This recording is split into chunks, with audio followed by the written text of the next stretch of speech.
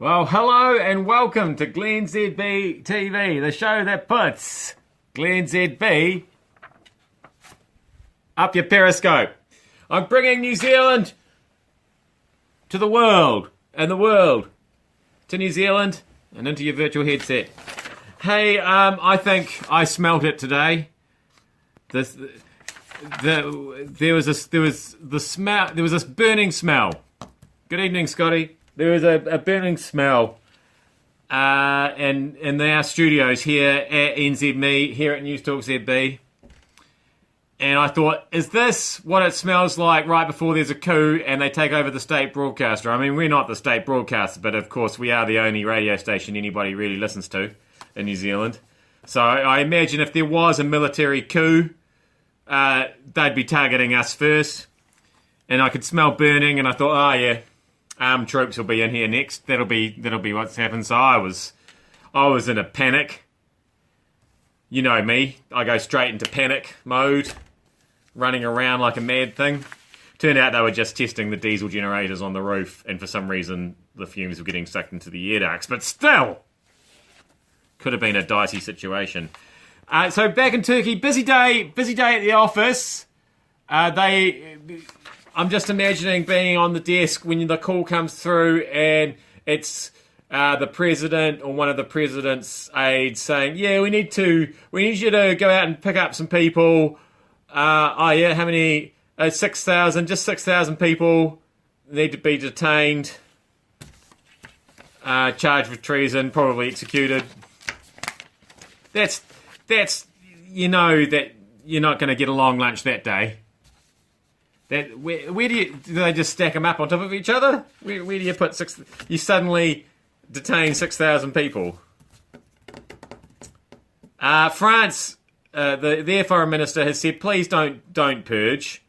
Don't just chop out a whole section of your power regime, because we've seen what happens when that creates a vacuum, doesn't it? And we don't like that. So anyway, I think the really constructive thing that France can do, though, because I've been studying the situation in Turkey quite closely. Here's the president. Here's the prime minister. Here's the former prime minister. And I think this is where the problems really started, I think. Can you see where I'm going with this? France needs to send Hollande's emergency hairdresser in there to sort this business out. These are not hairstyles, guys. Come on. How can you command respect? I mean, I suppose it's all right. It's not really saying any, what's the essential, Edouard? Can we capture that?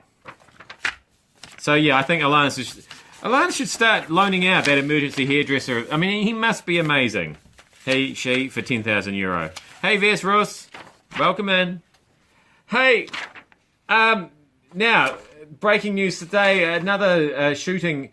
It's hard, we call these police shootings, but we get confused because sometimes it's the police shooting people and sometimes it's people shooting the police.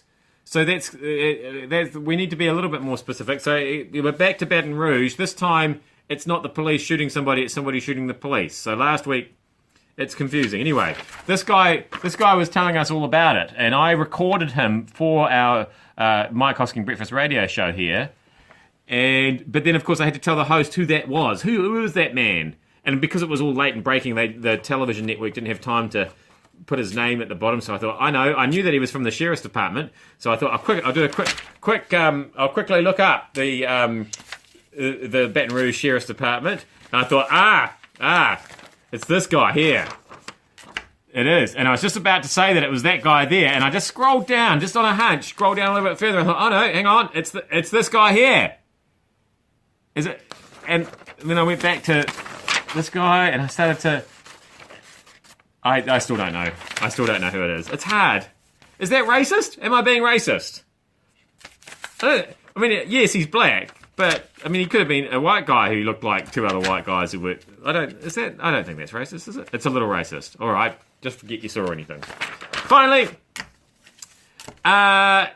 here we're looking at the US vote, the presidential race, in a whole new way now that Trump has named as vice president, because they have redesigned the American flag and they've put a teepee in it. So are they campaigning for Indigenous American rights, Native American rights? I don't know what's going on there. So I heard somebody describe that as the ugliest logo they've ever seen today. I don't think it's not that bad, is it? I was hoping for something with more of a wall motif. The Trump Pence. Anyway, what do you think about that? TP is toilet paper. That's a very good point. Okay, well, I'll put that to one side and see how absorbent that is. I am glennzb. Thank you so much for having me up your Periscope. I'll be back with you again tomorrow.